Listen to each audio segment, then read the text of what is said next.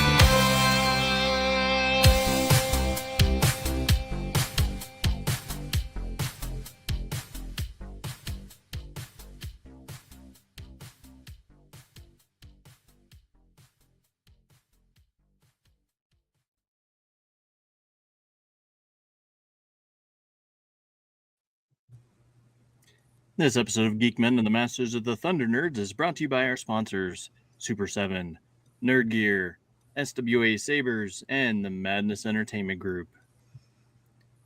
Howdy, everybody. Howdy. Another ADHD Theater. Who's ready?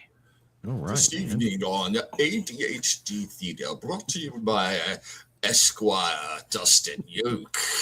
And Raincross Press. Yes. We're all sitting here with our fingers up in the air. So.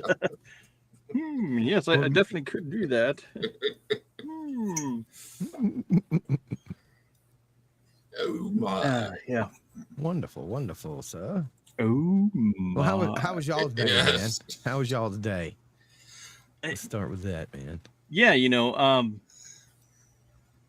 it was fine. Actually, it was better than fine because I got to talk to Addie about some upcoming projects that we're going to do. And Nice. so had a grand old time chatting with her. She's great. Hey, what's Hey, up, Mama? Mama? Hey, Mom. Hey, yeah. What about you guys? Well, I had a wonderful day. I got to wake up and do NIM in the AM and aggressively play metal music to get some aggression out and mad anger out because there's some significant career milestones that I hit over the last couple of days. So I will leave those alone. I don't need to make that entirely public. Some people know what's going on. So that was happening. And then, man, it's just been a good day. People I haven't talked to in decades calling or texting me to find out how my health battles are going. And, just a blessed day. And now I'm here with these two fine machismo-laden individuals on ADHD Theater. So, and we're going to talk about the homoerotic 300 and everything else. So, yeah, it's good. Yeah, man. She's a whiz. Wait, you basically put that out there flat out, and you couldn't have described that any more appropriately. I agree. Isn't it just insane? Like, do you remember all of, like, we were talking about this last night, the amount of people that like flock to find out their workout regimen because everyone wanted a body like that. Yeah, I know, dude. If you can go to war in tights, in boots, in a cape, in a helmet and a shield, bro, you're a badass. Right. Trust me, bro. No clothes, just like undies, just tidy undies. You're boots, fighting in an era of close cape. combat and nothing but a red thong. That's it, bro. That's it. Some boots and a damn cape. Yeah, no, I was telling them, I was telling Ghosty last night. I was like, I was on those workout regimen things. I was taking like this. I don't know. It was something. I forget what the brand was, but I was taking something that helps you recover and as you're building muscle and stuff like that. And well, I had some issue, and a doctor was like, "Yeah, you can't take that." Because of this other health concern and stuff. And so I was like, all right, I won't take it. And I'll just, deal with it. And my buddy was like, "Oh, thank God, because man, you were scary." I was like, I wasn't sure if I was like walking on eggshells trying to talk to you, dude. And He was shooting roids. It wasn't roids. It wasn't roids. I will just say, back in the day, man, it's like I was in incredible shape, and was like swimming for days and running and everything, in the Army days and everything. It's like, I'll tell you, certain body types cannot pull that off, because even on my best day, the most I could handle was a 4-pack. I mean, I guess my refrigerator was small, because there was no 6, 8, or 12-pack coming out of this body. That's all I'm saying. So. Dude, absolutely insane. Like, I used to be real fit. I even went to college for to be a physical trainer for a little while. Yeah. Wow. I was going to like go, and once I realized like I'm not going to be a pro football player or a pro baseball player, I was like, you know what? I could still be in it, because I could be like the person that like wraps your knee or wraps your ankle. Yeah. And I'd still be in the locker room and be able to be a part of it, because I loved it so much. Mm-hmm. And I realized real quick that that wasn't for me. It just wasn't. Because, I mean, when you have to know every single bone and muscle and all these things, and it was a lot harder than I thought it was going to be. I'm just going to put this out there and let it lie. But I will say this: swim team locker rooms and water polo locker rooms are weird. They're just weird, man. Weird stuff happens in those locker rooms. That's all I'm going to say. Never been in a polo. Well, I will say that I will keep this clean, because I know we're on YouTube. We were changing a locker room one time, and these two guys decided that since they were going to go take a shower after being in the pool anyway, that they were going to have a pee fight. So they're chasing around each other, the locker room, trying to pee on each other. And one of them got me, and I had it.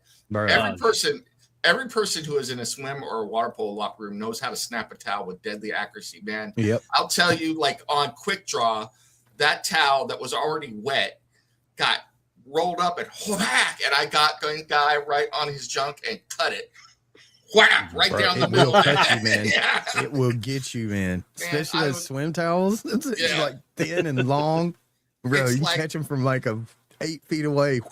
Yeah, it's like the old West, man. I was like quick draw McGraw. Like that thing flashed out, was back at my side before they even knew what happened.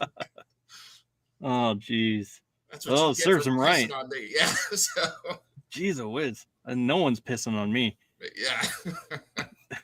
That reminds me of that movie.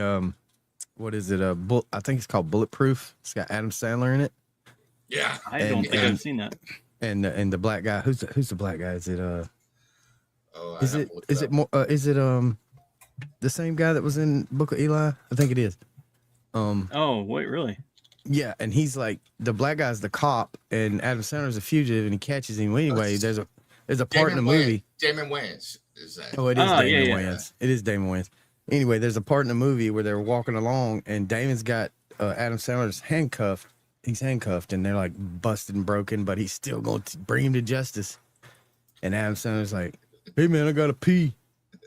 Hey man, I gotta pee." And he's like, "So?" He's like, "Just pee." He was like, "Dude." So it goes on for a little while. He kept saying, "Man, I gotta pee, man. I gotta pee. Don't make me piss on myself, man." Damn. Like, nope. I'm not uncuffing you, man. So whatever, man. So he pisses on himself, and he tells him, he was like, "Bro, I get out of these cuffs. I'm gonna piss on you." All right, I got more stories. He's like, "I'm gonna have the animals piss on you. I'm get a whole gang of dudes from the hood. We're all gonna piss on you." He's like going through the gambit. It's like cut scene after cut, and he's just telling him all the shit he's gonna get to piss on him because he's so mad because he made him piss on himself. It's the funniest thing, man. We don't need to go down the pee rabbit hole, but you're just bringing up all sorts of memories. It's so funny. That part of that movie is hilarious, dude. This is like, Adam Sandler. He's funny anyway, but oh man, that's funny. I'm just thinking about different things in the Army, or just, God, man, it's like, when you're like at 1,500 feet and getting ready to jump out of a C-130 and you don't really want to piss your pants, there's a lot of open space you can piss into while you're waiting to jump out of the airplane. That's all I'm going to say. For all of you who live in Georgia around Fort Benning, I'm apologizing right now. So I've actually done a ton of work out at Fort Stewart, like flooring work. Might have been peed on by them. Well, we used to go in and do the barracks. And let me tell you something. They did not take very good care of the flooring in the barracks. No, at all. No, it got beat to death because those guys were not in the mood to like clean when they got back to the bone. Plus, like when you get ready for an inspection, the thing they have you do on those floors. I don't know if this is good or bad, but it's like you clean the floor, then you mop the floor. So you sweep the floor, then you mop the floor, and then it's required because the floors have to literally shine. You take one of those giant buffers. It doesn't matter what kind of floor it is, and you just buff the hell out of that floor. So I'm sure that's not good for the floor after a while. Jeez. Yeah, it wears it out. But see, they in those barracks they used to put carpet. Because for the grip and soundproofing. Yeah. Because it's just thin walls and real close quarters and things, and that carpet, man, jeez. Yeah, that too, I'm sure. Plus, it's like little bitty pieces too. It's like 10 foot by 10 foot pieces, just back to back, just doom doom doom doom doom doom doom. Just like 1,000 of them, man. It was insane. Jeez. Yeah, sounds like a pain. We used to have a joke, man. Especially in the Army. I don't know about the other places, but they put us in all of the barracks that the worst barracks that money could buy. So it's like put us in there. It's like, hey, it's going to be 20 below today. We're going to put you in barracks with no working radiators, thin walls, and you get to live it up. Good luck. So and the coolest place we worked in, one of the coolest places we worked in Fort Stewart was like I guess it's like the leader of the troop. He's got like an elevated little thing where they do the paratrooping. Yeah. So they'll go up in a plane and then they'll come down in parachutes and they have to land in this one particular area. If they don't land there, you don't pass or whatnot. Mm-hmm. Well, the leader guy, he had like a damn elevated thing, and it was like air conditioned, little cool ass, looked like a badass, like a deer stand or something way up in the air. And bro, he got like fancy flooring up there. Like, but we had to go up all the steps because there wasn't no elevator. You had to walk up all the steps and get up there and do this. But man, that was I was like, I want one of those. I want one of those things, those little nests that he sits in to watch them all, Probably some cranky ass E7 or E8 sitting up there watching everybody burn in and stuff. So yeah. It was awesome to watch them fly down there, because most of them all made it, because it was just a simple, just jump out of the plane. Most of them all made it. Some of them didn't. Some of them land over there at the subway, way across the damn. He'd land on the roof of the subway and throw his arms up, and they're just like, "Yep, your ass is getting punished later." Well, that sounds like a plan to me. I'd land on the subway. Yeah. Well, the thing was, I think, because talking to the guys, if one guy messed up, the whole place got punished except for him. Yeah. He'd get to go eat steak, but everybody else got punished. Jeez. Yeah, so that's how they police themselves. Jeez, yeah. You can't fall behind because we get punished. You don't, but we do. Yeah. I did my 5 jumps, got my wings, and that was it. I was done. No more airborne for me. I will ride to battle in a tank any day of the week, twice on Sunday. So thank you. Thank you very much. That's wild. Cool though. It's cool working out there, man. Yeah, it sounds like it. And we'd go to lunch. We'd try to go early. And we'd be in line, and all of a sudden you'd hear this siren go off, and then 8,000 freaking army people would pile into these restaurants to get their meals.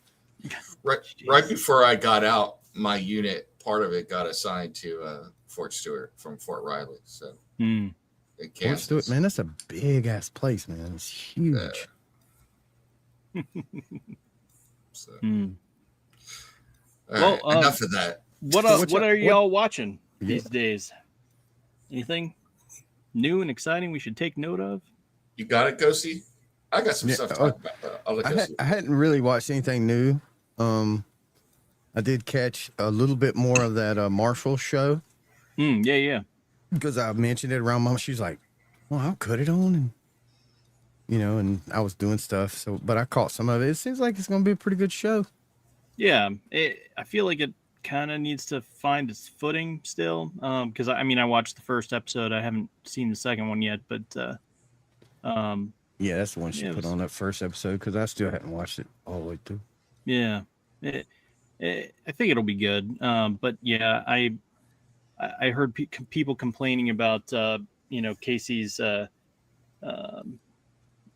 basically the season 5 arc of Casey was pointless because of whatever happened, because his wife isn't there anymore, and spoilers, I suppose. Mom's like head over heels for that guy that was in Yellowstone that's playing the Marshall guy. Mm-hmm. The Casey Dutton, Rip or whatever his name is. Him, yeah. That guy, I think that's the guy. And she's just like, oh God, he's so sexy. I'm like, oh, come on. Yeah, I'm serious, son. Need to look at him. I'm like, no, I don't want to look at him anymore. I think I'm quit looking at him. That's a dude that he's becoming pretty popular. His name's Cole Hauser. Yeah. And I don't know. He seems like he's a good dude. So I know that name from somewhere. I don't know why. He was in a ton of movies. Yeah, he was in Yellowstone. But he's also in movies we just watched recently. He was in Pitch Black. That's right. Yeah. He was?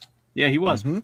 He was the Dick Marshall that was supposed to bring. Oh, he was that back. guy. Yeah. It's hard to recognize him because he's clean shaven, and when he's clean shaven, you don't recognize him because he's fully bearded in Yellowstone. So you're like, wait a minute, that's Cole Hauser, and he's the same way. And he wasn't the main. He was one of the cartel bad guys in Fast and the Furious. Too Fast, Too Furious. Mm-hmm. Hey, you! I want my cutter back. Yeah, that guy. I remember that. Yeah. Hey, you got any food up in there? We hungry. Baby John's. I love Baby John's. I love it when Baby John's finally buys it. Pitch Black. Spoilers, everybody. So it's all right. Yeah. What about you, Nim? What have you watched? Or unless you had more, Ghosty. No, I was just going to elaborate on that, but it's nothing. Go ahead, Nim. I will say that I'm happy that Ghost is finally off its 2-month hiatus. Jesus. So new episodes came back after 2 months of not having any new episodes, which I was like, what? Sucked, man. Yeah. So yeah, the show. Yeah, we've been watching the show Ghosts. Yeah. Not Ghost Pepper. Oh my God, I need to watch the Ghost show. Jeez. My wife and I really like that show. We've gotten into it, but the problem is that we binged it like crazy, starting from the first season, and then eventually we caught up to where they are. And now we're just kind of like, because we love to watch, like binge watch shows. And then, when you're watching a show that's like live, you're like, oh, this sucks. It's like, come on, And then speaking of homoerotic, I happened to be going through some stuff, and I noticed that AMC had a vampire or interview with the vampire series. I was like, what is this now? Yeah. Like, what? So, and I saw that there was an ad for the Vampire Lestat, which is coming in June. So I was like, all right, I'll check this out. It's like, and I kind of read some people were really positive on it. Some people were really negative on it for different reasons. And I was like, I'll check it out. I like Anne Rice. Let's see what's going on, because I wanted to see what was up. So I watched it, and man, they lean heavy into the homosexual stuff on it. But I didn't care. I enjoyed it, man. I was just like, okay, and I watched the show, and I got through I binged the hell out of it. I watched 2 seasons, and then I moved on to stuff that I didn't even know. Like I was watching the one about the Talamasca, and then I was watching. Yeah. How was that? That was pretty good. It was like an X-Files in the Anne Rice universe, and then I watched the one about the witches in New Orleans. Oh, really? Yeah, I'm about halfway through season 1 on that. They've got 2 seasons of that. And yeah, so now I'm like worried because I'm like, I will finish this long before the Vampire the Stock comes out in June. So I got to find something else to watch. But that's kind of what I've been watching. So Nice. Yeah, I'm one of those. Once I get into a show and I'm ready to watch, that is the one part about the modern streaming culture that I love is the fact that I can be just like, that's it. I'm locked in. When I'm not writing or doing something else, I'm binging this show. So yeah. I like that too, because I mean, but it's also hard for me because I watch stuff with the wife all the time, but she's only here some of the time, so it's like I have to wait for her, and so it's like I want to watch more episodes, and it's like but I can't. I have to wait and watch with her because it's like I don't know. This probably is a secret to my wife, so I'm just gonna say it. You know what's the worst is when you can't stop. And you watch it, and then you have to fake it. You have to watch it again and fake it that you did. So you like know what's going to happen. You're just like trying to keep a straight face. Like, oh no! I wonder what's going to happen here. Yeah. The one time you hear a man have to fake it with a woman. Yeah. She's a whiz. Bro, that's so hard for me nowadays. Like especially if I've already seen it. Yeah. And I'm going to sit down and like watch something with somebody. It's so hard for me nowadays not to just talk over it, just to say things. And some people, man, let me tell you something. It pisses them off. If you not just talk over it, if you kind of give even a split second, a spoiler, like a split second spoiler, like, all right, watch out, here it comes. And they're like, look at you like, I'm going to kill your ass. You know what I'm saying? Like, shut up. Right. And that's Ethan now. So it's so hard for me to just like, most of the time I have to like stand up and do something else and watch it and just be like cooking or something. So I don't talk over it. That's the other thing that's a dead giveaway that's so hard for me though, because that's the other thing. It's like when I watch a show, like, man, I am like laser focused on whatever I'm doing most of the time. If that I'm like doing something, so I'm writing, boom. It's like I could like the world could be exploding behind me. I'm like into it. So I'm watching a show, I'm into it. But if like I've already seen it, like it's hard for me to make, because like now I'm like, well, I've seen it. I know what's gonna happen. So I'm doing I'm multitasking, which is like a dead giveaway for my wife. She's like, well, you watched this before. I was like, how do you know? And she's like, because you're playing on your phone while the thing's on. She's like, you hate that. I'm like, oh man. Yeah, like you're not gonna sit here and eat popcorn with me. Well, no, kind of. I'd hate to spoil it for you. What do you mean spoil it for me? Oops. Oops. Well, and my wife's like, oh, come on, you know what's happening, because even if I've seen it, she's always of the mind that I've already figured out who the killer is and have moved on. Because I'll be playing on my phone or whatever, or as casually I'll check notifications as we're watching, so she's like, well, you've already figured it out. And I'm like, nope, but I have not. I will say the absolute best is when you've already seen it, you manage to pull it off and they don't know that you've seen it. And you manage to act like you figured it out and you're brilliant for figuring it out and you get kudos for it. It's like, that's right. That's right. That's the best. That's the best. What's actually the best is when you haven't seen it and the person you're watching it with allows you to kind of talk while it's going on. Yeah. And you do get it. You do figure it out, even without having seen it before. You're like, I bet so-and-so is going to kill so-and-so and this and that's going to happen. And you're like, nah. But the problem, I told you. The problem with that is it can drive people crazy, especially like it does. if you're already a writer and you can see it coming from like a mile away because you've seen this written about 500 times before. Yeah. And you're like, it's the same old story, right? They're going to do this, and this, and then this guy's going to do that. And then it all happens like that. They're like, did you watch this before? And you honestly say no. And they're like, God bless it, man. I can't watch anything with you. Right. Even if you haven't seen it before, you still know what happens. What's wrong with you? I'm sure I've told this before, but that happened to me with I was watching with a group of people as we were watching Dexter. And and I not only predicted how it was going to go, and I had never seen it before because we were watching it as it was aired. Right. And not only did I predict it, I went on to then say, I wonder if this will be this and this. And it didn't go that way. And they were upset because it didn't go that way. And they're like, man, I wish you had written that because that would have been so much better. It made so much more sense. And I was just like, sorry, guys. I have a friend who calls it the writer's code. It's like, you guys were kind of talking about something code-like before. It's like the Matrix. Well, it's like writers kind of can see the Matrix behind shows as they're like manipulating the Matrix. It's like, oh, you can do this. And it's just, some people like it, and it drives a lot of people nuts, man. Yeah. It does, man. I'm telling you, that I've known people that get pissed and they'll just like cut it off and like, I'm not watching it with you. I'll watch it, but not with you. I'm not doing it. Hey guys, you're driving me nuts. I'm gonna go hit the bathroom real quick and get Tylenol. I'll be right back. Yeah, no problem. And then I tell them, I'll be like, I promise I'll hush. I promise I won't say another word.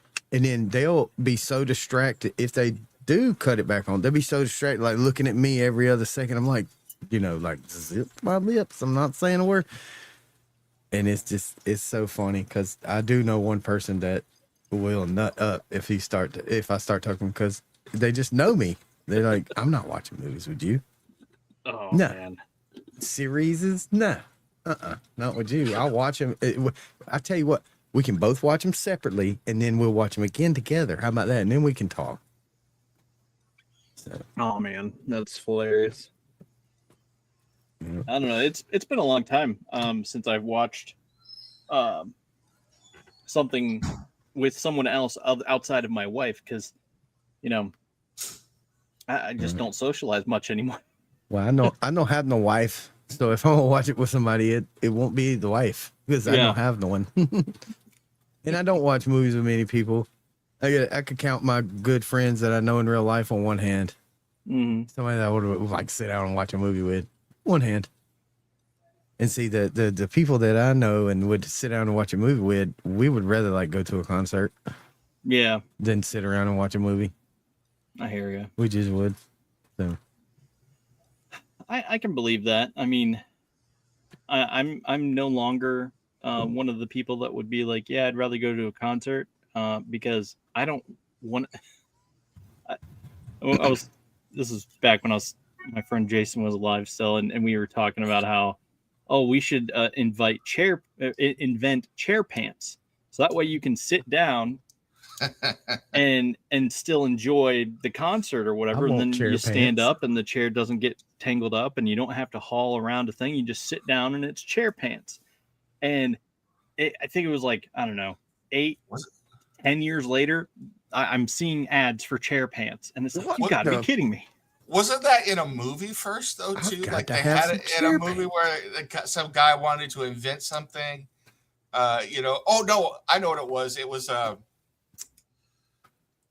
did you ever see An Idiot Abroad from England? It was Ricky Gervais, and he sent out his friend Carl Pilkington to go different places because the guy's like from Middle England, which is kind of, and he was like kind of a boring, just normal English dude, didn't like do anything, didn't want to eat anything that was too spicy, and too spicy was anything that had like salt on it, type stuff, and they sent him all over the world because they knew he would hate it. And like they would make him do stuff because they knew that he would hate it. And they would watch it and just laugh at him, And so they sent him to Japan, and he's all excited about going to Japan because he was going to invent something, and he ended up, I think, with like chair pants type thing. It was like that type of thing on the show. So, oh my God. If you've never seen it, it's worth watching. It's a pretty funny show. I think there were like 3 seasons of it. And then they did a follow-up series called The Wonders of the World, where they sent Carl around to different wonders to make him go see it. And he would be like, and he's like a typical Middle Englander. It's like he's not impressed with anything. He's like, oh, what's that? It has Warwick Davis in it. That's cool. Yeah. It was a really fun show. It was cool to watch. Yeah. Oh, I believe that. Because I mean, I watched it's a show called Life's Too Short with Warwick Davis in it. And Ricky Gervais was also in it, and that's where the epic monologue scene from oh geez, Rob Roy, Qui-Gon Jinn. Oh, yeah, I know who you're talking about. Yes. Yeah. Whatever God, his name. why- I can't. yeah. I cannot think. Why can I not think of? Yeah, I know. I'm going senile right here on Yeah. the show. All right, now I got to look it up because it's going to drive me For real. crazy. Yeah. Geez, it was. Liam Neeson. Yes, There we go. Liam Neeson. Oh, Yeah. God. Okay. I just had. I couldn't lock out of that until I heard that name. Yeah, Liam Neeson. So he had this Liam Neeson. He's just, oh yeah. I believe I can do comedy, and he tries to deliver a line. He was like why? It's like, how about you go into the store and you're doing this or that, and he's just like, I have AIDS, and it's just like, whoa, what? Oh boy. It's just like, he's like, oh, you wouldn't get it then. It's just like, what are you talking about? No. Why did you immediately jump to AIDS? Yeah. It's like, Hey, speaking of Liam Neeson, I got to ask. It's like, I have not brought myself to watch this movie, and I'm curious if you guys have seen it. Did you see the new Naked Gun movie with Liam Neeson? Because the Naked Gun movies from back in the 80s and 90s are like formative movies for me, like just totally stupid. So I'm like, man, I can't watch a Naked Gun movie and it's possibly bad. So I haven't had the courage to watch it. So. Yeah, I have not either. I heard it was okay, but I just can't picture anyone else in that role. But I can't either. That's the thing, man. I can't. I was going to share a video of chair pants, but I forgot we're on YouTube, so I can't do it because it's got music and shit. I could probably mute it and shit. It's only a minute. Let me pop it up here. Pop it up. I'll mute it because it does have music. Mm-hmm. So, but we just want to watch and see the chair. Yeah. Here you go. Get in trouble. They're gonna get mad.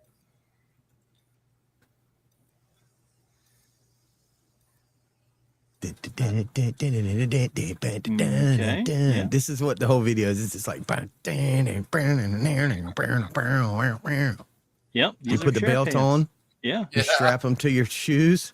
You know, and then you clip them in. This is like magnetic. It's just like tink, tink. Yeah. You know, and just walking around with, and then just meanwhile, fucking sheer pants, bro. Look at that, man. If you had like big 12-year-old mind. 12-year-old mind is thinking of all the really inappropriate it's jokes adjustable. You can tell it's just like a computer chair. It's got the little handle on the side, and you just press it, and it goes. Tss, tss, tss, and it goes. Yeah, you know how many ways that you could sabotage that to get your buddies and stuff, dude, man. You get so. All right, that's it. So that was called a chairless chair. Yeah, it's like chair pants, but there's another video that goes along with it where the guy puts them on. He has like tights on, and he puts them on. And then he puts pants over them, so you can't see them. Yeah. And then he walks around. And he just like ding, and everybody's looking at him like, "How the hell is he doing that? How are you doing that?" You know what that reminds me of? That reminds me of that crossing his legs and shit. It reminds me of one of those infomercials you watch at 2:00 in the morning because you can't sleep, and you're watching it and you're tired, you're way too tired, and you're watching that commercial, and for some reason you watch this commercial, you think this is the greatest thing in your world, and you order it with your credit card, and you forget about it, and then it shows up, and you open it and unbox it in front of your wife, and she's looking at you like, who did I marry? So it's like, what are you doing right now? Oh, man. Oh, I'm saying that just generally because I've never done anything like that. Yeah, clearly. No, never. Nah. It's a hypothetical, man. It's hypothetical. The Ginsu knife, man. I want a Ginsu knife so bad. That's like, oh yeah, totally. I need a new knife set. We need a new knife set, bro. Seriously.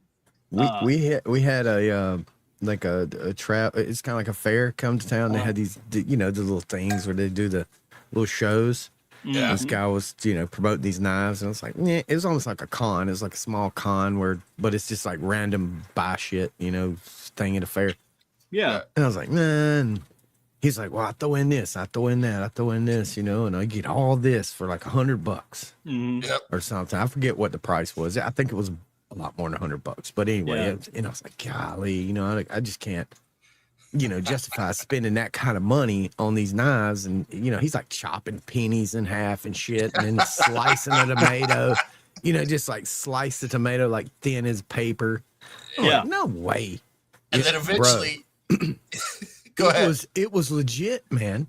These things, I still have them, man. I have to go in there and see what the brand is. But actually, I'd have to look at the box because the knives don't have anything. It's just one piece of metal, and these things are sharp, man. They are freaking. You have to, anytime I pull one of those out, like I'm super careful because it will cut your freaking finger off, dude. These things are sharp, dude, and they have stayed sharp. I bought them like 5 years ago. Yeah, and I cut all. I mean, anything. It'll cut this. The serrated one will cut a frozen piece of meat like you wouldn't think it would, but it will. You just look at them the wrong way, and they cut you from across the room, man. Yeah, and they're like Japanese, and it slices. Like he had a Ginsu. That's what he was comparing them to. He had a Ginsu, and he'd like do stuff with the Ginsu, and he's like, "Oh, this piece of crap," and he's like taking his knife and doing it. So I thought it was a gimmick, I was like, whatever. A fucking Ginsu knife, it's not better than a Ginsu knife. I just always laugh at that commercial because they're like cutting aluminum cans and have them like, and at 2 o'clock in the morning, you're like, yeah, look at that. He cut an aluminum can in half. This dude was doing it. The light of day in the morning, though, you're like, when the hell am I ever going to want to cut an aluminum can? Hey, he was doing it like live, man. He had a little booth with his mic on, and there was probably 30 of us standing there looking at him do the thing. He'd like hammered the nail halfway in and just take the knife and tink and just cut it off, and just like, and then cut a piece of celery, just like tink, tink, tink, tink, tink. I don't know if you guys had it where you live, but for a while there, when malls were still a thing, because those things are dying now. But did you have the As Seen on TV store where all those products would eventually come to the mall? Yes. Yeah. those were we had the aisle at Walmart too. Man, that was like, I would go in there and it was like meeting celebrities. You'd see like the George Foreman grill. Hey, that's a George Foreman grill. I know that.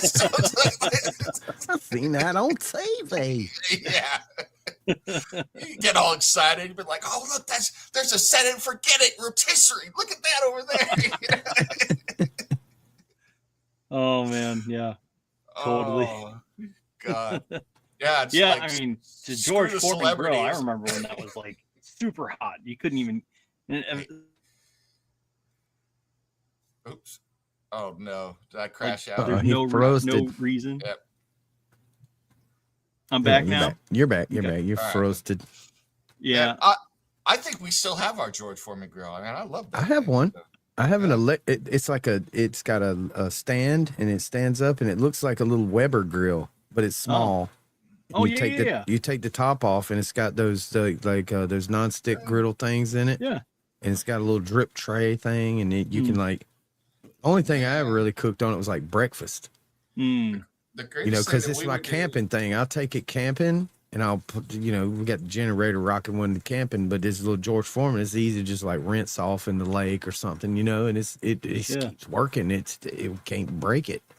And we throw some frozen chicken breasts on the George Foreman grill and throw some soy sauce on it. Just close that thing and that thing would cook right up. You'd have like soy chicken with some rice and stuff. It was like easy, fast, good stuff. Good eating, man. Good eats. I've had many of those, George. I had one of those countertop ones that you just flip the top up and you put whatnat on the thing and then just close it and then the grease would drip in the thing and you had to all I had to do is empty that thing. And then I should say. So. When it went ding, you took it up and it was like done. I mean, it was like, oh shit, okay. Ours didn't ding or anything. Not that I'm addicted to the As Seen on TV, but I'll even admit that I have one of those set it, forget it rotisseries. Hey, I bought my share of like Mighty Putty and I bought Mighty Putty too. I've had Mighty Putty and look, something that actually works is that Flex Seal stuff. Yeah. For certain jobs, that stuff works, man. It actually works. I mean, some of it is garbage, but a lot of that stuff actually does work, man. So, it's like I got to give them credit. Hey, I got a slap chop, bro. I got a slap chop. You ever seen those? Yep. With the, you put the damn vegetable in there, just whack, whack, whack, Yeah. whack, whack, and it just minced onion instantly. And just rinse it off and put it in the cupboard. You know, whatever. Yeah. Evidently, I slapped too hard because I slapped the crap out of my slap chop and broke it. So. It broke. Yep. I still got mine.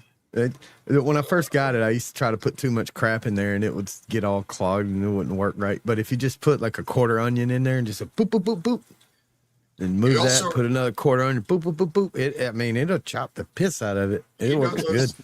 You also have those lettuce spinners where you like put wet, like lettuce in a thing and then it spins around the water. It's like, how hard is it to just kind of like shake it a couple times? But no, you got to put that thing in there and give it a carousel ride. You know? Yeah. I'm sure Dustin, you probably remember the salad mixer video I sent you in the back channel. That one. Yeah. that one's not for you. It's from YouTube, but it's not for YouTube. It was a fail video. Back when I still watched reality shows. I kind of like, had my time and then moved on, and I'm kind of glad because I'm shocked that Survivor is still on as an example. Yes, but there was a very short-lived reality show because the main star died. But remember that guy who was really famous for doing all of the infomercials? He had he always wore a blue shirt. He had like a beard stuff.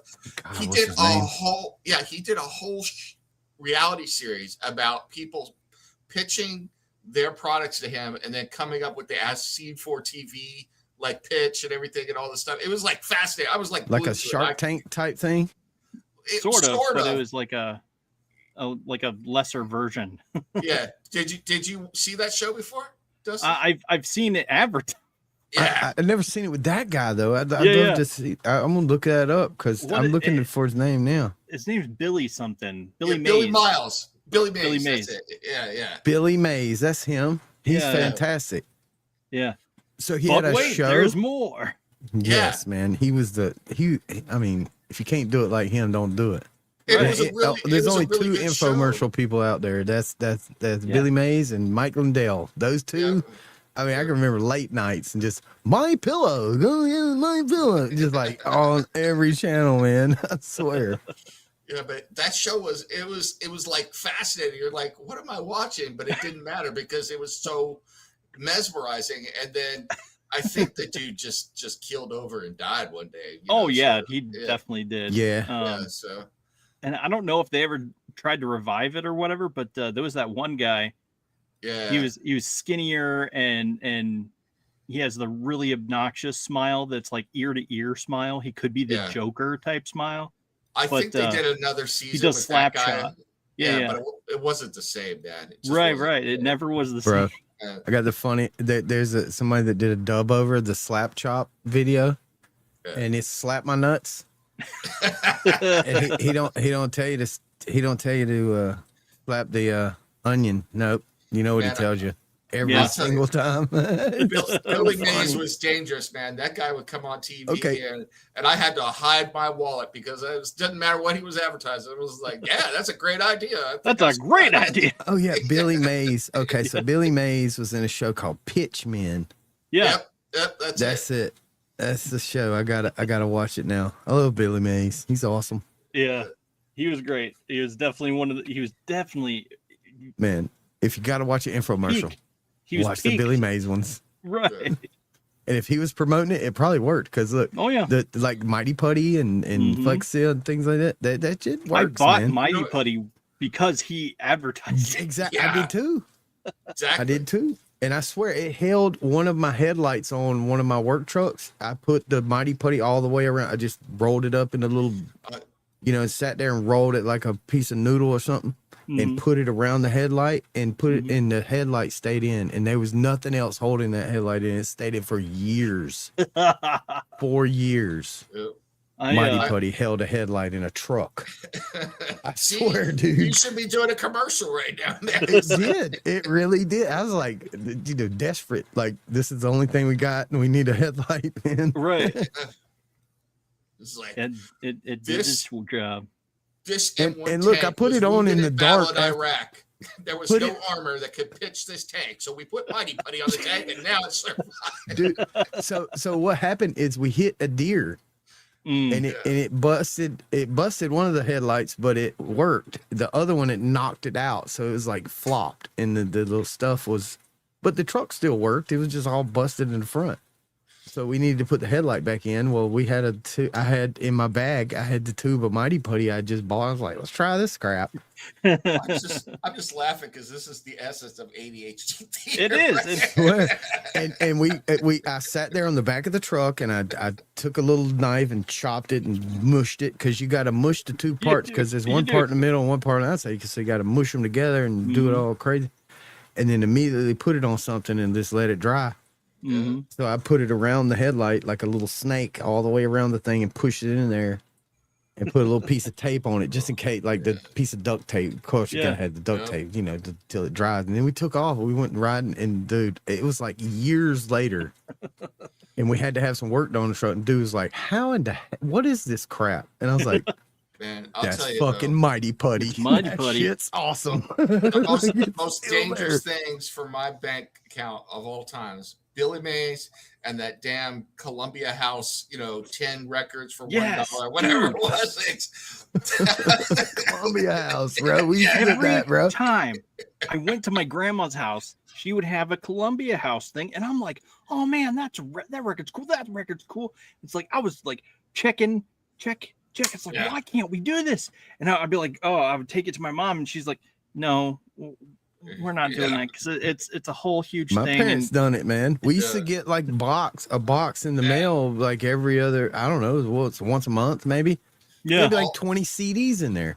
Yeah, all of us in the barracks would do it, man, and they will all show up. And it was cool when you got the ones you ordered. Then you started getting the ones in the mail that you didn't want. Yeah, they just send you like free crap. Yeah, but then they'd send you a bill at the end of the year, and they're like, okay, well, either send us the CDs back or pay us. Yeah. I'm like, wait a minute. So this is a scam. Yeah. So I pay for the ones I buy, but yet you send me free ones, and then I'm like, oh, they're free, but they're not free. They send you a bill for them, and you're like, wait a minute, I done opened it. Yeah. Well, the worst is when they would, once you paid for the original ones you get, and then you're bound. You have to stay in the club for like a year. And every month you got to get your little card in the mail and send it back to them in time. Otherwise, you keep that CD they sent you. Yeah, man, I got so many bad CDs from them. Bro, we had, I think we still and have a bunch of them. Like just random crap that they would send us. And it'd be like, who the hell is Billy Jenkins? Like, I don't know who this is. I never heard this. There's like the voice smooth jazz, Billy Jenkins. What the hell is this? I don't want this. There's the voice of wisdom speaking right there. Yeah, of course. Yeah, that's yeah. And you, of course, when you got it, you're like, oh, a free CD. So you open it. What do? You put it in there and you play a cool. So you skip around and make sure. And like, and you're like, oh, cool. Nope, it was not cool. And you put it back in the cat, and then they send you a bill for it. Yeah, $20. I used to beg my parents all the time. Every time that I get a comic book, I'd look at the back. I was like, I wanted sea monkeys so bad. I was like, I want sea monkeys. My parents were like, nope. Come to find out, they knew exactly why we weren't. My dad knew why we weren't getting sea monkeys, because sea monkeys are scams. Without sea monkeys, we wouldn't have had space monkeys. I remember when I used to be into gaming pretty hard, me and my friends were talking about they should have like a Columbia House for games, to where you could collect like all the old games. Yeah. And they send you a little card, and you could do the same, but you could do it now digitally, where you could do it email, and it'd be like an instant communication. You wouldn't have to wait a week for the letter to get there or whatnot. You could just instantly do it. But it'd be like a subscription. You'd pay the subscription, but you'd get like 3 games a month or something. I don't know. I feel like they did that with Netflix. Netflix did that with gaming for a little bit. Well, that's what I'm saying. You're talking about the chair pants years ago, and then we were talking about that years ago. Yeah. Like, we should have gaming thing, and then they came out. They have that now. Going back to Columbia House, the worst thing being in Columbia House in the Army, and because we didn't think it through, is you get to that point where you're getting that thing in the mail every month. Well, if you happen to be out in the field for 2 weeks and that thing comes and you're out in the field, you're not getting mail, and then you get back and you're looking at it and the date to send it back's already passed, you're stuck, man. Yeah, you got a mountain of shit to open, and then you open it, you're like, wait a minute, I paid for this and didn't even open it yet? Like, I didn't even know I paid for this yet. Like, it was, what the hell's happening? Like, what is this, man? And you call them, they're like, well, we don't even have that CD anymore, sir. I don't know what you're talking about. We don't carry that anymore. Dolly Parton sings Rap's greatest hits. What the hell did I just buy? But then every once in a while you get a gem, you're like, Ray Stevens Christmas, what is this? Oh, yeah. You like put that in, and it's like, all right, I'm keeping this one. Like, I'll pay for that one. Yeah, I love Ray Stevens. Oh, man. No, Good man. stuff. So we did watch some movies this week, Yes, Dustin. we did. You know? We should probably get to those movies that Yes. we had promised to review. These we weren't chosen randomly. These were chosen by Ghost Pepper. Boop, boop. And I asked you, I was like, give me some movies that you feel are the top of the line. What is your top rated movies? How would you like? We know what 2s and 3s are. Give us five star for you. And so this is what he produced. So He I said actually gave Pitch him Black. I gave him 4 choices, and then we debated on what would fit the best together, and we landed on Pitch Black and 300. Mm-hmm. Oh, all right. Because So I think 300 is definitely probably my second favorite movie of all time. But I watched Pitch Black in the theaters when it came out, and I have been a fan ever since because Hell yeah. there's something about the aura of this movie. It's like almost better than Aliens to me because it's the same kind of vibe, same kind of feel. yeah. But yet these things, they actually run the planet. You came to their territory. Yeah. It's not like they're trying to get you.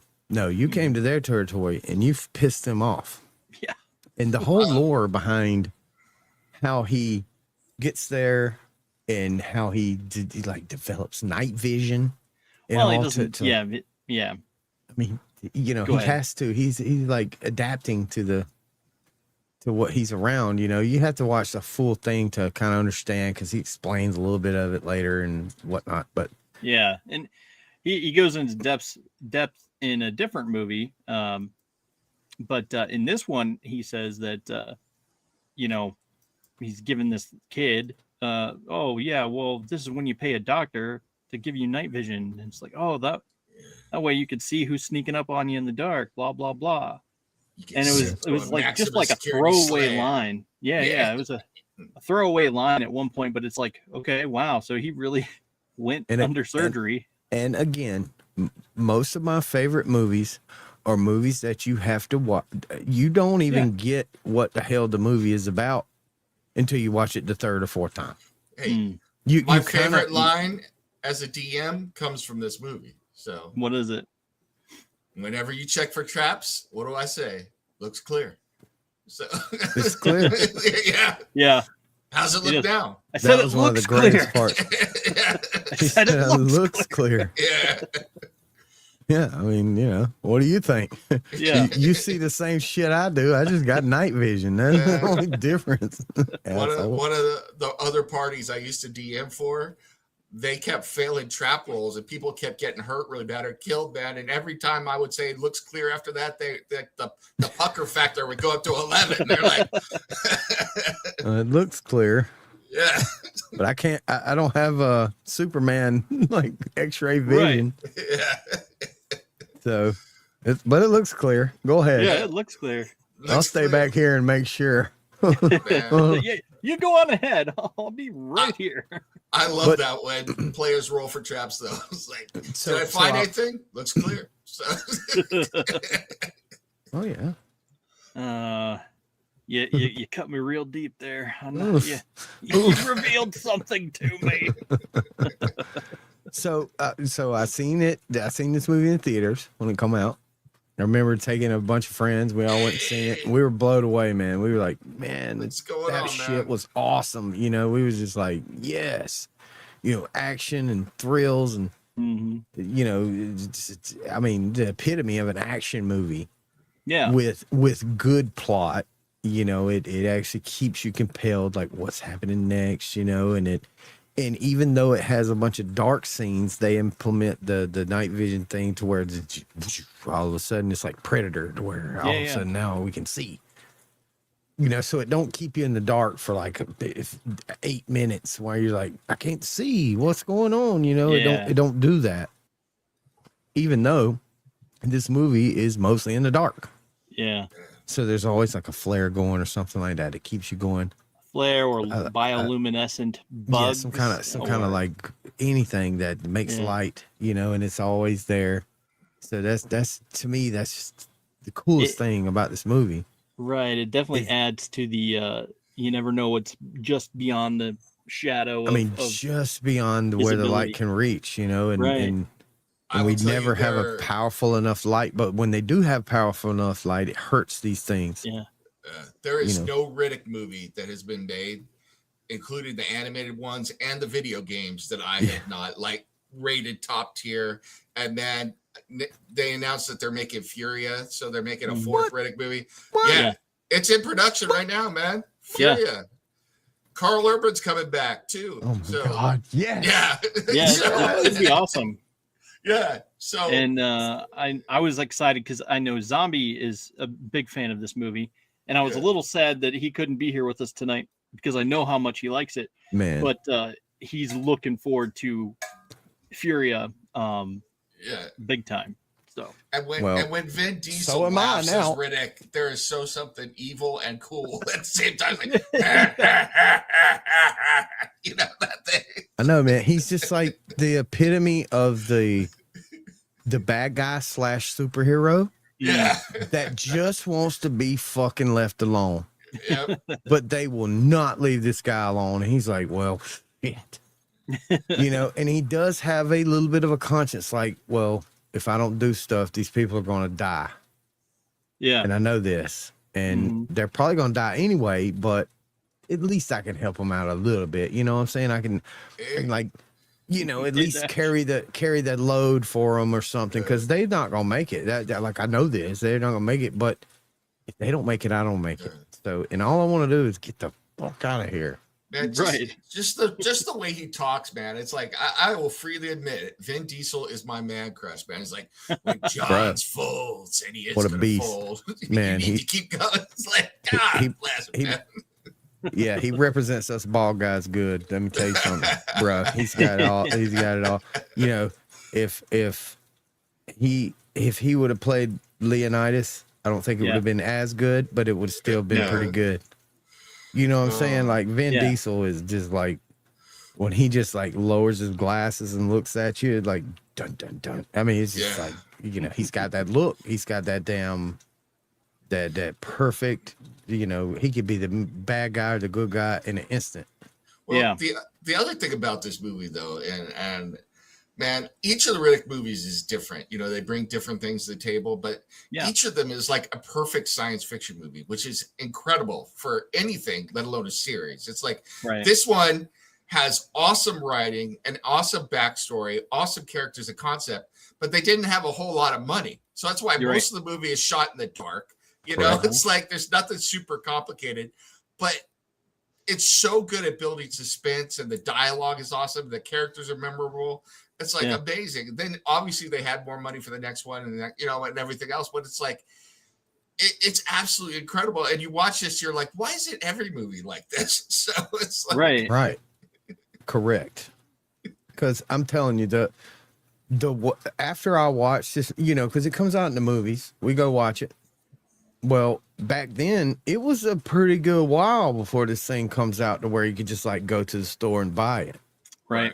I mean, it wasn't like 3 weeks later and then it was either a flop or not. No, it stayed in the movie theater for 3 months. Yeah. And then it was another 3 months before you could go buy it. So. Yeah, no, it didn't. I didn't even hear it. It wasn't even on my radar until I saw it in like Blockbuster years later. Right. It didn't have any big names in it. It didn't have a big name director attached to it. So it didn't get pushed, you know? So it's like, You know, not to go and be serious for a second, but to all you indie creators out there, I mean, this is one of the best science fiction movies ever made. But it is. You know, it's about getting publicity and getting pushed, man. Yeah. So well, that was the thing. You know, we watched it in the movies, and it was so long before it came out, and we were all telling people about this movie, and it was like, yeah, whatever. You know, and you know, some of our friends. It's hard to conceptualize that when you don't have really. We were young, man. We went to the theaters to play video games because they had the theaters back then were the place to be. Yeah. Because they had a huge ass arcade, snacks and popcorn too. You know, a huge arcade. So we'd go to play arcade.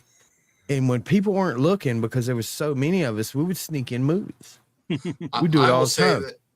And that's what we did to Riddick. It was like 5 of us. We snuck in the Riddick movie, watched a Riddick movie, and then we were trying to tell our friends how awesome it was. We couldn't tell them because they couldn't watch it because they weren't ballsy enough to just sneak in there. And or had money to, they had money to watch the movie, but they didn't want to watch the movie. They didn't play fucking arcade games. That's what they wanted to do. They want to sit there and play Mortal Kombat. They didn't give a damn about Riddick. You know, like, book that. It's Street Fighter, bro. You know, and that's that. I will say this. I don't know how old you guys are, but I remember a time when we didn't. I'm 21. Yeah, I know that, man. I know you're a youngster. No, I remember 40. A time when we didn't even have that, man. We got our first VCR in my house when I was 12. Man, we watched Terminator for the first time. I was like, because we couldn't get to the theaters to watch it. But I remember back in the day, we didn't have any money to go to the theater more than once or twice a year. So, like, if you didn't catch a movie in the theater, you had to wait a year or two before it to come out on ABC or NBC. And then it was all cut up and it was a horrible version of the movie. And your friends are making fun of you. It's like, do you remember that scene? I'm like, no, they cut it out of the ABC version. Yeah, they had to cut it. They're like, Nem's poor. His family can't go. It's like, oh, man.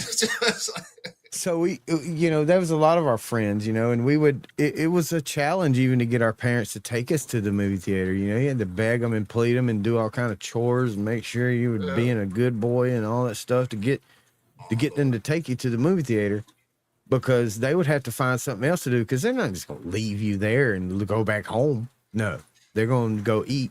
And then you got, from the time they leave until the time they come back. And we didn't have cell phones either, so they're just gonna bust up in there like and just yell your name like. My parents were always looking for deals, man. Like we go to the drive-through because you could like shove 10 kids in the car and go to the drive-through and get 2 movies, or I still tell this story to this day. We went to the movies on my birthday. Or near my birthday to go see Raiders of the Lost Ark, because I really wanted to see Raiders of the Lost Ark because it had Han Solo in it, because I didn't know Indiana Jones at that point. And so we went to go see Han Solo and Raiders of the Lost Ark, and it was a twin theater, so there were only 2 screens, and it was a double feature. So the crazy part is, man, both the movies playing were rated PG. This is back in the day, but the 2 movies playing together were Raiders of the Lost Ark and Airplane, man. So I'm like 12 years old watching Airplane. And it was rated PG, dude. It was crazy. Well, hey, it was a movie. Yeah. God bless it, man. Back in the day when your kids came out of it and they weren't missing an arm or a leg, it was considered a win, man. Right. Yeah. It's it. Oh, you're missing a tooth and you got a big scratch on your butt. You know, you're fine. You're fine. Here. Yeah. I remember, going camping with my dad, riding the bike, you know, down the little path. I fall, get some rash. Right? Like, I guess damn, you're old. Thanks, man. I get some rash on my ass, you know. I'm camping, I'm riding my bike, I fall off the bike, you know, try to jump a rock or something, you know, and get a rash on my ass.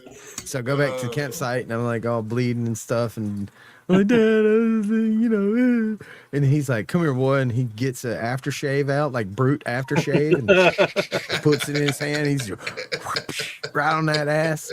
Look, you'll never forget that feeling, son. Let me tell you something. You'll never forget it, and that'll make you a man. Because not only are you pain-free now, but you are smelling nice. We lived at the bottom of this hill, and my friends and I used to race our bikes all the way down. It was a long hill. We used to our bikes all the way down the hill down to where we lived. So I'm racing and I'm like down, I'm leaning low over my bike and leaning into the corners and stuff. And I hit a patch of the smooth concrete that had a little bit of water on it.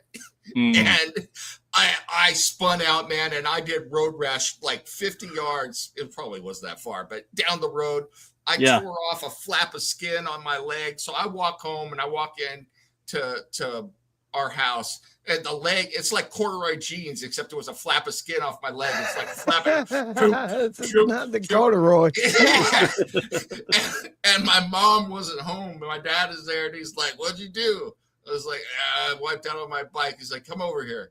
I go over there. He super glues it together, stitches me out there, man. And my mom came home later. My dad got in so much trouble. Bro, I've super glued a many a wounds on myself. Like, it works, but it stings like hell. I mean, it stings real bad. But look, if you get a gash, if you like cut yourself with the fair knives you bought, these Ginsu fair knives, right, that are sharp as a razor, and you just slice that damn thing. Get some super glue, bro. Like, get a napkin and clot it, and then super glue it together. Look, you go right back to cutting. I'm fairly certain when the skin was flapping around in my leg, I probably should have gone to stitches. But hey, my leg still works, so it's all good, man. So Billy Mays came in and he sold me some, that putty to put on my leg. Mighty Putty will stitch up a big gash. You get a bullet wound, pull the bullet out, put some Mighty Putty in that hole. And look, you'll be fine for like 5 years, man. That seal tape is like, we're just going to seal this up. With the border gushing out, just and it's sealed up, man. And I don't think it works like that, but he was in danger of bleeding out. Now he's just fine. He's out there riding bikes again.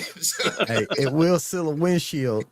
Get a big hole in the windshield. Just put some of that Mighty tape or whatever. What's it called? Flex tape or whatever. If it can seal a windshield, it can seal an artery. Yeah, right. Right in the, right in the jugular. It's a Mighty Putty right in the jugular. What the hell has happened to this show? What are we talking about? Bro, this is awesome. Well,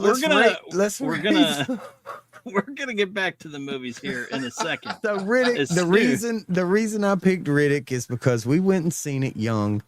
We waited a long time for it to come out. It came out. We watched it again and again and again. We loved it each time, and then they made more of them. Yeah. And then they made some animes, and they made some games and all the stuff that went along with it. And all my friends always loved this movie. Every person was like, Riddick was a go-to, man. Mm-hmm. And I give this movie 5 stars all the way. Mm-hmm. Amen. Heck yeah. But what about you, Nem? I am going to give it 5 stars because I'm going to be a little serious. I'm going to be a reviewer for a second. This movie took everything and put it together and came up with something new. So you had elements of Alien in this movie, Alien and Aliens. You had elements of Starship Troopers. You had elements of like all sorts of stuff, like 2001, the design of the spaceships. All of it was all in here. Plus, you had like cool bounty hunters and all. And it's like you doing all this together, and it's like, man, as a writer, this geeks me out because I watch this and I'm like, this is writing. It's like this is what good writing is. It's like Dune. When I watch Dune. I'm one of those Dune geeks. Like, I could watch any version of Dune because I love the book and I love the movies. I'm like, this dude knew what he was doing. Same with J.R.R. Tolkien. Well, same with whoever wrote the screenplay and David Twohy, who directed it. I mean, it's just freaking awesome. Yeah. It's 5 stars for me. So, Baja Blast. They get the full Baja Blast treatment. So there it is. So this is our Baja Blast rating scale. I don't know if Dash was using that when he said 3 stars. But this is what 3 stars means on the Baja Blast rating scale. And so I'll give it a second for you to reevaluate. Should you decide Riddick is 3 stars? Still 5 stars. All right. 5 star, 5 star, 5 star for Flash. So. Yeah. Let's see. What would I rate this? I'll say 3. I'll say 5 stars. 4 stars. I'll say 4 stars because I wouldn't have named this previously as the I wouldn't have included this in my 5 stars because I have like, I don't know, I've came up with 10 movies that I thought were, top of the line for me. Yeah. Yeah, so it's like this wasn't originally in my but after rewatching it just recently, this Monday. So yeah, I would rate it 4 stars for sure, because if not 5, it's 4.5 really. But because again, I'm with you. I'm really dig the writing. I really dig their direction and all that kind of stuff. And yeah, so yeah, because there's really no fancy CGI or fancy costumes or anything else to it. It's just only with the critters.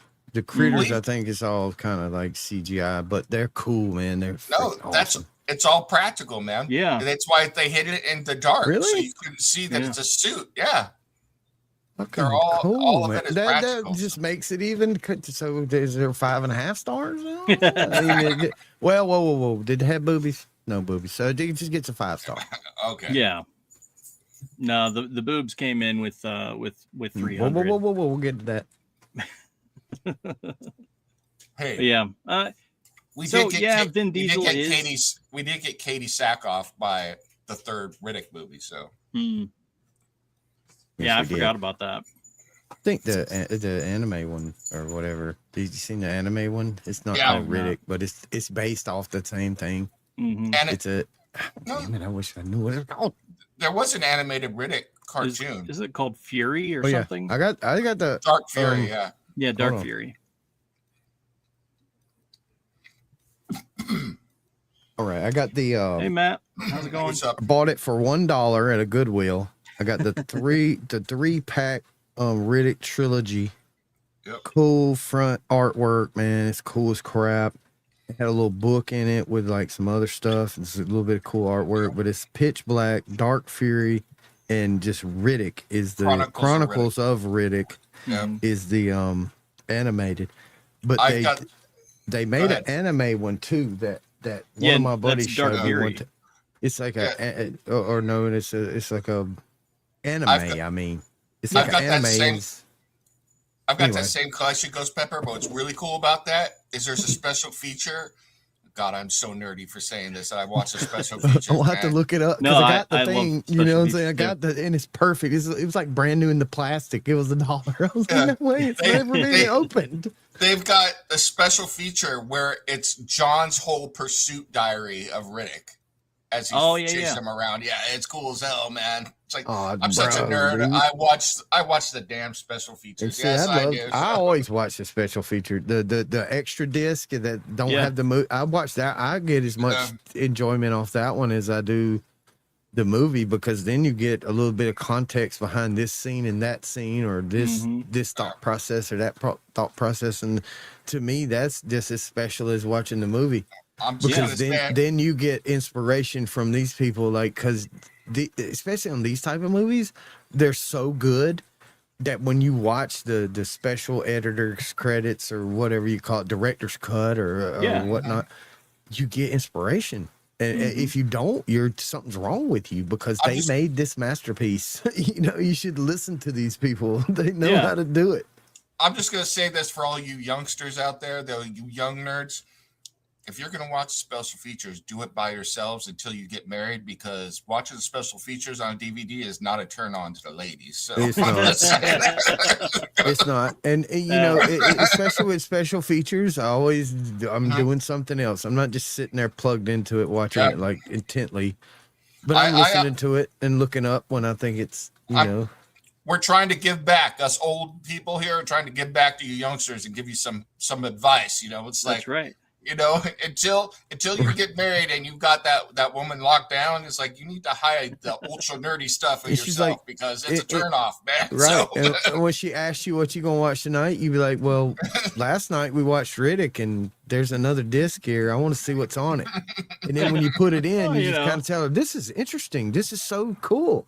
You just keep boosting it. Like, And then if it's not, you just cut it off and it's like, yeah, that sucked. Yep. But if it's cool and it's giving you inspiration because it's actual people giving you insight on how to make it or how to do it or what the thought process was behind the this or that, man, it's inspirational, man. I love those things. I love those extra discs. Look at us giving back to the community. Look at this. I know it. Well, even if we're not giving back to the community, we'll say, give a indie shout out to nightslayers.com. Go check that out. Get yours today, bro. Do it up. It looks really cool. That one right there, by the way. It does. But man, that book, we need to get that book funded, man. So yeah, make sure you check that out. Yeah, don't apologize, man. No, that's why you have the wrench. Yeah, you got to pimp yourself. The sorry is the one word I will almost never use. I just don't. I'm not sorry. Yeah. So if you're sorry, I hate it for you. But just never use. It's like word magic type of thing. Like, speaking things. I played that sorry. one word, man. That. Not me. It's like the GD word for me. I try not to ever say it. Now that we're talking about sorry, though, can someone explain to me why that damn board game is called Sorry? Why is it called Sorry? You know what I'm talking about. It's a lesson in life to play that game. You play that game and you get life lessons. Mama Yo knows exactly what I'm talking about right there. Nev is right. Women usually don't want to watch that. No, they don't. No, they don't, because they could give a daggone. She does. She does. So she's a nerd mom because she does. She's watched the extra disc. She has this extra special features of the Lord of the Rings, the extended version, Lord of the Rings. She watches those every year, so she knows, and she's watched it. She's watched The Mummy, and especially there's a couple music videos and stuff for like what's that movie? It's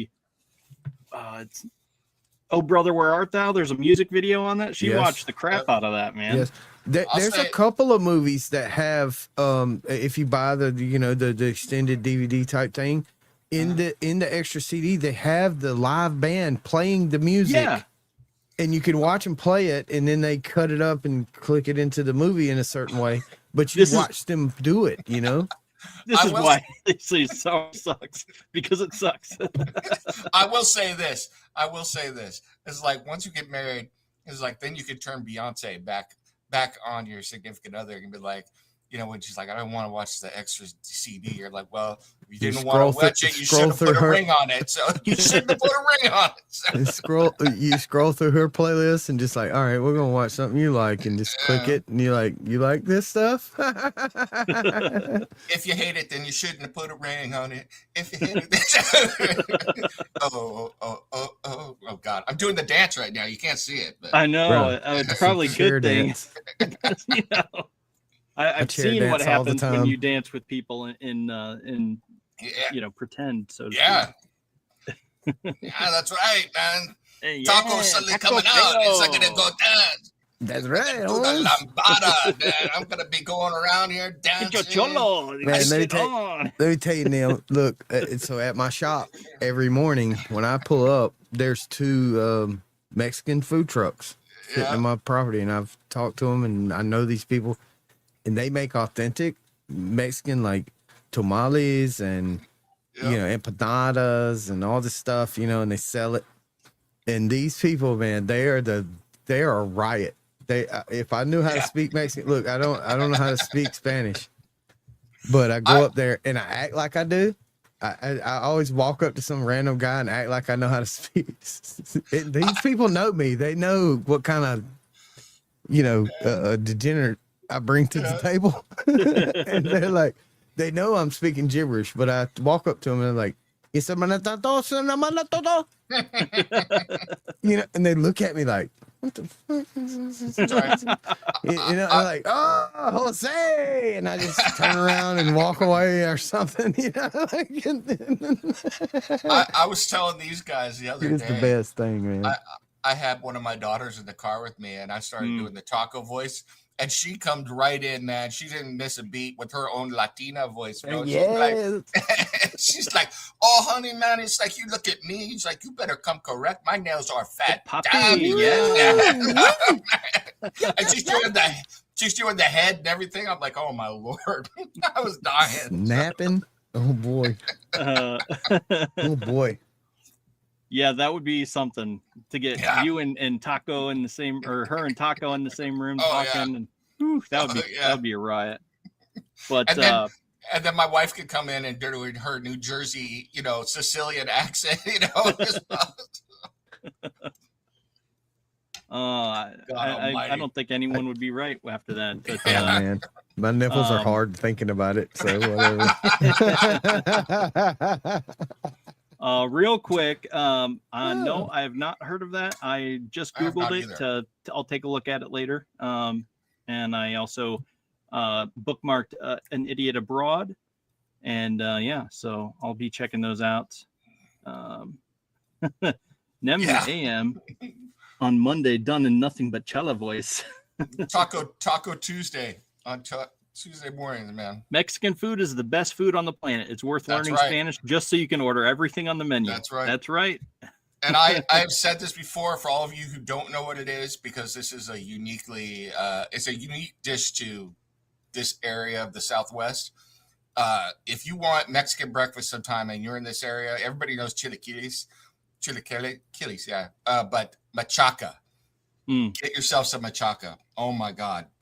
It's like heaven on earth. So machaca with some warm tortillas and some salsa, and you are good to go. So.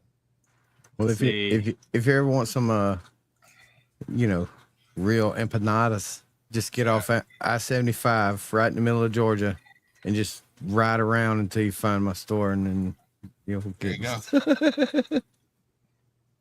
All right, so here's the Legacies on the CW. That's pretty cool. It's on Netflix. It looks interesting. It's a series. I guess so. Yeah, it's 4 seasons. My damn internet's not showing anything. I don't see anything. So. It's a drama. Well, just look it up. Legacies. It's actually on Netflix, and cool. So yeah, check that out. It flickers on the net sometimes. Yeah. Dash says that is why I have a Mexican wife. Damn straight. There you go. There you go for sure. One of these days, I have to ask Dash if his wife does what my grandma used to do. It's like you come into the house and your grandma's sitting there making tortillas and slapping her hands like this. Bro, if there's not Spanish a tamale, about you, look, and you can't follow it, it's going too fast. So yeah. If there's not a tortilla lady within 100 meters of you, you're doing something wrong, bro. Man, you're doing something wrong, man. When my grandma and my great aunt and my aunt would start like pattering off the Spanish, and they look at it, she was like, I can't believe that cabron, and I'm like, oh man. You just sort of sink back in, you're like, yeah. It's like, I gotta go. I'm gonna be in trouble for something. They're gearing up. Yeah. Is masa just crushed grits? Masa? No, I mean it is. It's crushed. It's crushed grits. It's a different part of the corn. So it's different. Ooh. Okay. So we crush grits. But we can make them. All right, we're short on time here because I know we have the Crom files at 11, right? Yep. So need to get off here so that way we can watch that show. Let's get to the second best movie ever made. Talk about the best movie ever made. Which is 300. Yes. And we got into it a little bit, but just a little tease here and there. But it was a phenomenon across everyone that I knew was trying to replicate that workout. They were all out there doing, deadlifts and those. Why am I forgetting the name of the bell with the bar? God dang it! Oh yeah, I know driving what crazy. About. Yeah. Anyway, I cannot think. I mean, geez whiz. Arborism? No. There's a bell. It's a bell shape with a handle, and everyone was like, "Oh yeah, these are great." It's like, and, oh yeah, like and a hammer or something like that. Yeah, they do the tire. Well, it's also then the tire things where you do the tire and you beat the CrossFit. Yeah, well, sort of CrossFit, but I think some folks just had a bunch of junk that they needed to get rid of and were right. It was a much needed masculine. I'm talking about manly man movie with men. Kettlebell. That's what I was trying to think of. Well, at the time, I think it was much needed for a bunch of men out there that were pussing out, being wimps, and then they watch 300 and they're like, shit, I want to be that bad. You know, I want to be a badass like that. I don't know about that. I want to be a Spartan. Yeah. You know, Spartans don't retreat. They don't give a shit. They they will kill you. I'm going to go with Dash and say quite a bit of the ab work there was airsprayed. So okay. So, and another thing about the CGI in this movie, it was done so tastefully. Yeah. The most tasteful you've ever seen it. So dirty, man. It sounds so dirty. It's so nice, you know, especially when you know, there was certain parts of the movie that was nasty. Okay. Don't worry, Miss Ghost Pepper. We're gonna shoot your son tastefully. So, but when it come to like, so as a young man watching that movie, it made you want to be a Spartan, man. Mm-hmm. It inspired you to get off your ass and do something. Yep. This movie was awesome in every way. It was the most mansplaining movie ever. You know what I'm saying? I mean, it mansplained right to your face. Like, if you wanted to know what a man's man really acts like, you follow Leonidas. Yeah. Oh man, this guy. Dude, the subtleties, the subtleties between King Leonidas and his queen, when they're exchanging, she's like, you know, first of all, that dude has the audacity to say, "Oh yeah, how about you get your wife under control?" Which we know all about that. Nem. Yeah. Whoa! Back up! The first time you see the queen, yeah, he looks back at her, and then you see her, and she gives him the nod, and he kicks that dude's ass into the pit.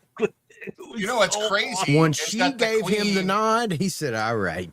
What's crazy though is that the queen is Cersei Lannister. That's the crazy part. Yeah, that is the crazy part.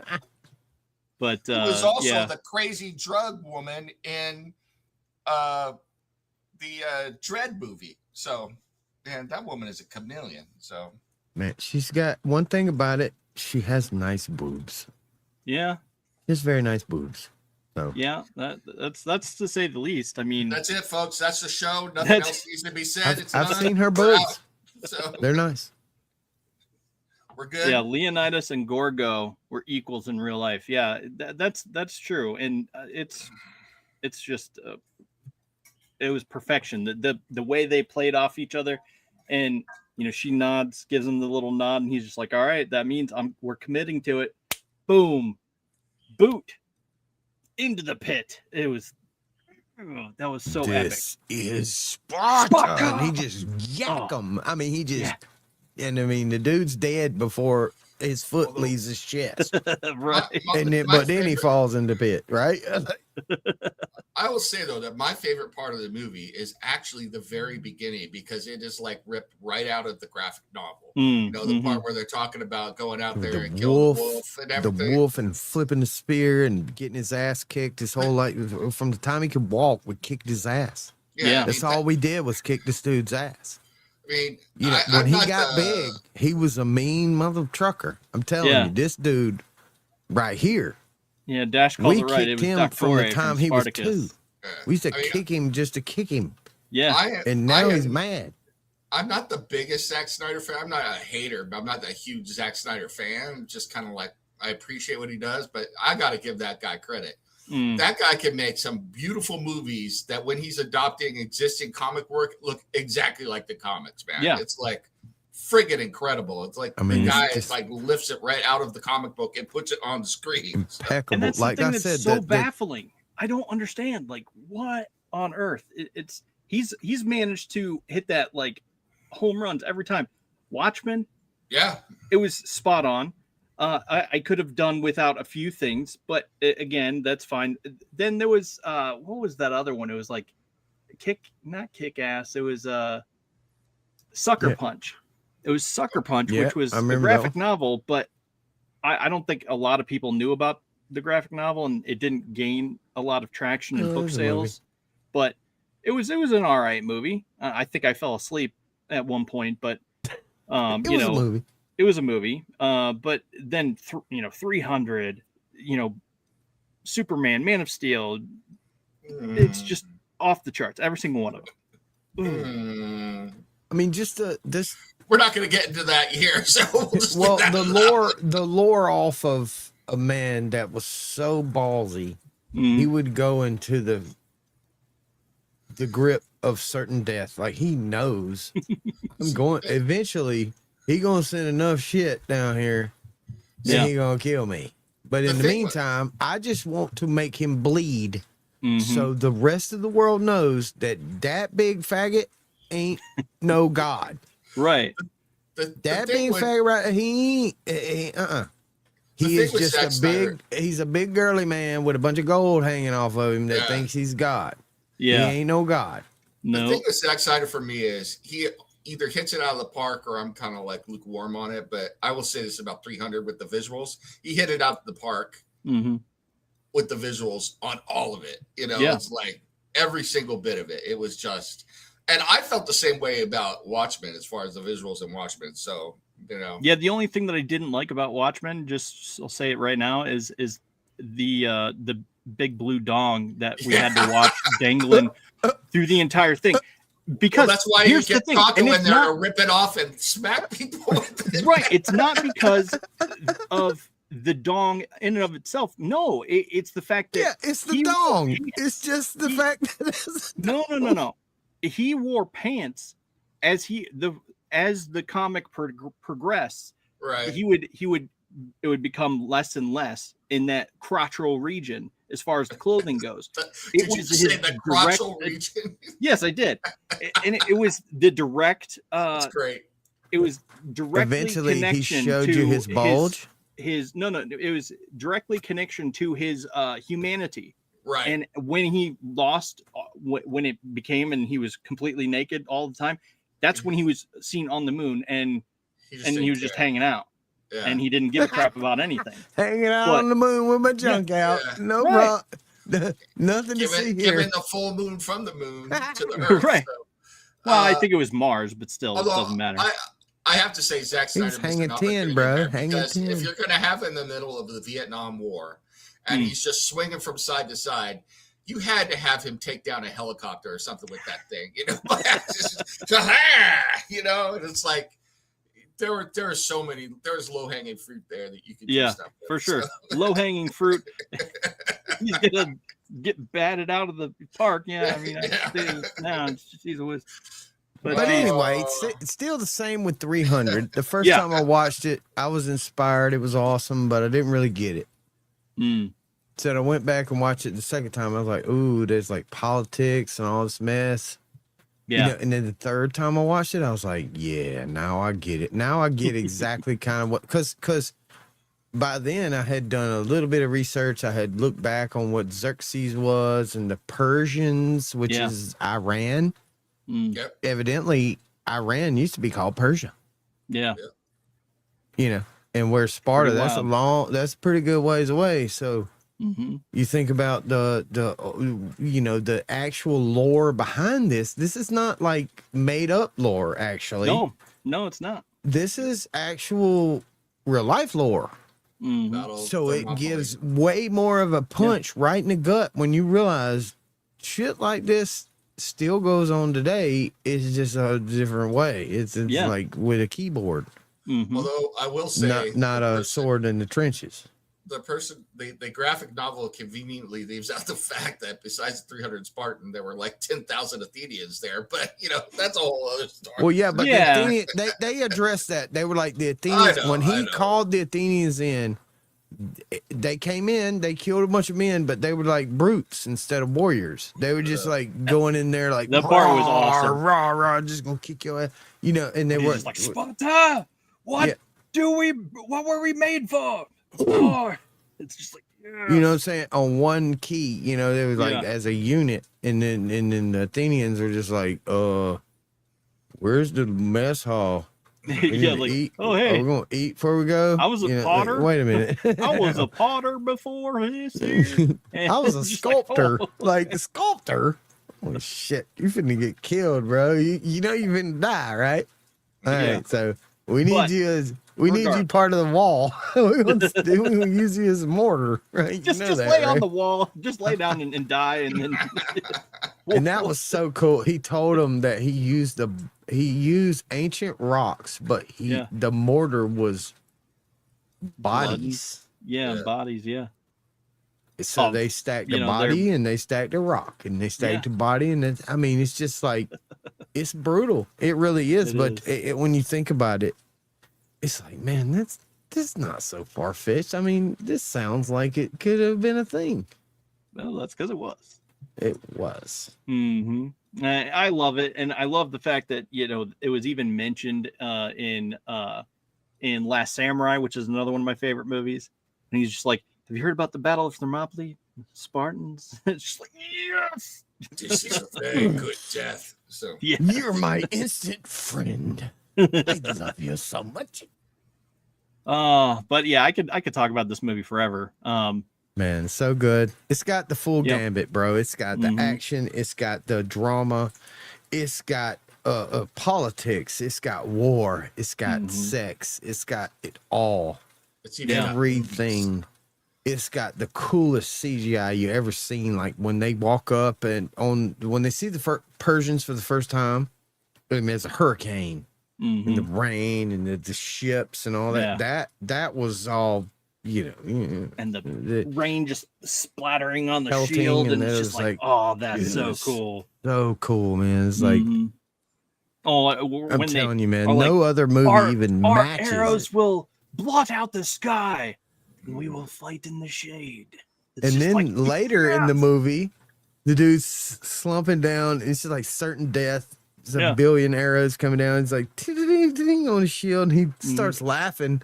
Yeah. And the dude looks at him. The Athenian looks at him. I think it's Athenian at this point. He looks at him. He's like, "Are you? Why are you laughing? Nuts? Are you nuts? Like he's like, we're fighting in the shade." It's the funniest thing, man. It's awesome. Got it all, man. It's got the comedy, everything. You got to watch it the third time to get that joke, though. Once you like, anyway. Yeah, you really get it that third time you watch it. That's why this movie is just like top notch, man. 5 stars all the way. All right. Yeah, and this is one of my favorite movies as well. So, I'm excited, and it's inspired me. I want to go and rewatch the other one, which again wasn't as good, but it's still. It's still lore, though. According to what I've read, the second one is actually more lore than the first one. The first one was a little bit exaggerated to make it fantastical. So but the second one is actually like what they actually remember. It's just the actors weren't as good and things like that. So, anyway, but it's still a good movie. Yeah. So, but movies for next week, we'll get that in here before we have to.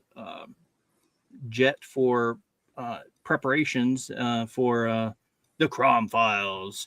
We have coming up on Tuesday, St. Patrick's Day. Join us for Joy of Drawing. Nice. Goth's Gonna Goth. And followed by It's Wrecking Figures. Yeah, we're going to talk about stuff and have some fun. And then next week, we'll be watching Mercy and the Rip. Mercy. Yes. Oh, okay. Awesome. I don't think I've seen either one. Yeah, me either. They're recent movies that I keep hearing stuff about, and I'm not 100% sure. But we're gonna watch Mercy and the Rip. Mercy, So- is that's the guy from It's Chris Pratt. Yeah, I like Chris Pratt. Those other two gay guys, I don't know about them guys. Is Mercy gonna watch Mercy with you? So Yeah, I don't think so. Probably not. I wouldn't be Aw. surprised, but I'd be surprised if she wanted to. But it's a recent movie, and it's got Rebecca. It's got Rebecca, the That's one all we chick. need to know. Yeah. Rebecca. Yeah. Rebecca. I'm so freaking old. You say Rebecca, my mind actually automatically goes to yeah. Rebecca De Mornay. So We need Rebecca in every movie. Oh. yes. Yeah. Oh But- my. Oh Yeah, my. so that's it for tonight. But yeah, we'll be watching Mercy on Monday and The Rip on Thursday of next week.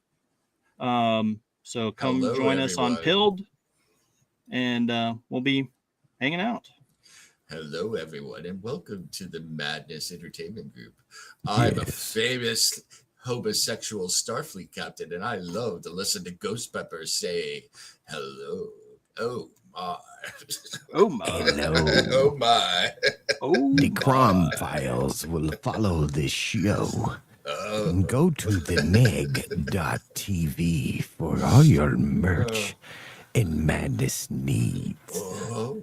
Go to raincrosspress.com for all your Space Monkey neat. love.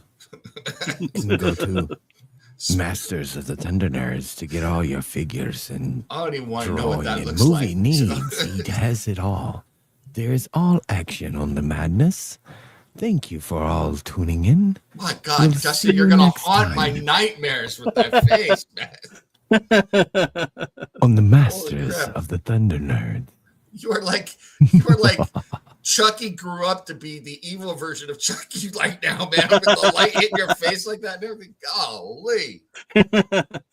I have my light station just appropriate. You do. It was coming out of my face. I don't know what you're talking about.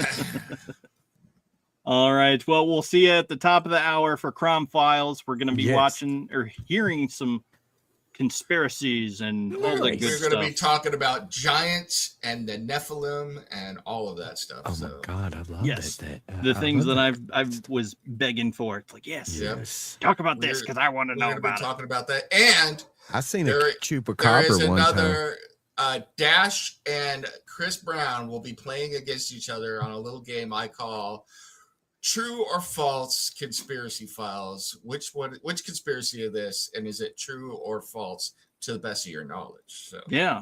we'll See, play there's that. there's this whole new world that's been open to me. It's just like you hear about stuff going on, Yeah. and it's just like, okay, but is this a conspiracy or what? Or is this, what? What is this exactly? Like, I need to know. You guys need to guide me in my knowledge. So, example,